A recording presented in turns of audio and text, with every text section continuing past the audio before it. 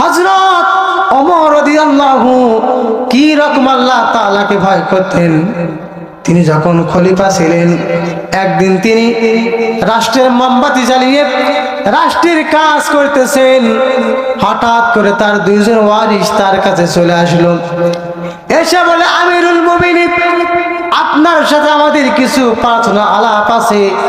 খলিফাতুল মুসলিমিন বললেন, একটু অপেক্ষা করো। তিনি রাষ্ট্রের মোমবাতিটা নিভিয়ে দিলেন, তার নিজের টাকার যে মোমবাতি আছে ওইটা জ্বালিয়ে দিলেন।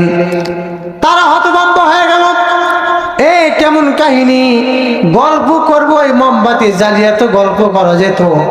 খলিফাতুল মুসলিমিনকে প্রশ্ন করলেন, কারণ কি? খলিফা বললেন, আমি এতক্ষণ যে মোমবাতি জ্বালিয়ে কাজ করলাম, এটা হলো জনগণের টাকার মোমবাতি।